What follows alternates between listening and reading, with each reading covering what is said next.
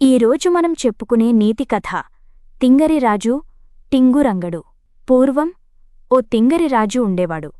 ఆయన అసలు పేరు రంగనాయకవర్మ. కాని అది నచ్చక తన పేరును టింగురంగడుగా మార్చుకున్నాడు. పైగా దాన్నొక పెద్ద ఉత్సవంలా చేశాడు. జనమంతా నివ్వెరపోయారు. అయినా రాజు అంటే భయంతో బయటకు ఏమీ మాట్లాడకుండా మౌనంగా ఉండిపోయారు. ఓసారి తింగరిరాజుకు మరో విచిత్రమైన ఆలోచన వచ్చింది. గుర్రపు స్వారీలో వింత ఏముంది అనుకున్నాడు.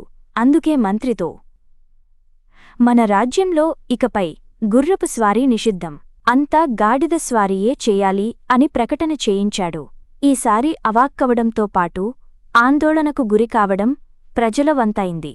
ఇలా కొంతకాలం గడిచిన తర్వాత తింగరిరాజు గాడిద మీద పర్యటనకు బయల్దేరాడు. నగరం దాటిన తర్వాత ఒక పెద్ద మర్రిచెట్టు కిందకు చేరాడు. అక్కడ దూరంగా ఉన్న బొరియల దగ్గర కొన్ని ఎలుకలు కనిపించాయి. ఇది మనకెంత అవమానం! రాజధాని నగరంలో ఒక్కటంటే ఒక్క ఎలుక కూడా లేదు. ఇక్కడేమో ఎన్ని ఉన్నాయనుకున్నాడు. భటులారా, వెంటనే ఈ చుట్టుపక్కల ఉన్న అన్ని ఎలుకలను బంధించి మన రాజధాని నగరంలో వదిలిపెట్టండి అని ఆజ్ఞాపించాడు. ప్రభూ, ఇలా చేస్తే చాలా ఇబ్బందులొస్తాయి అని మంత్రి సైన్యాధికారి చెప్పినా రాజు వినిపించుకోలేదు.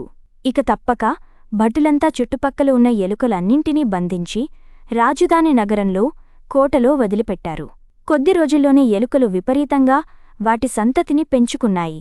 రైతులు, ప్రజలు చాలా నష్టపోయారు. కోటలో కూడా అన్నీ ఎలుకలే దర్శనమిచ్చాయి.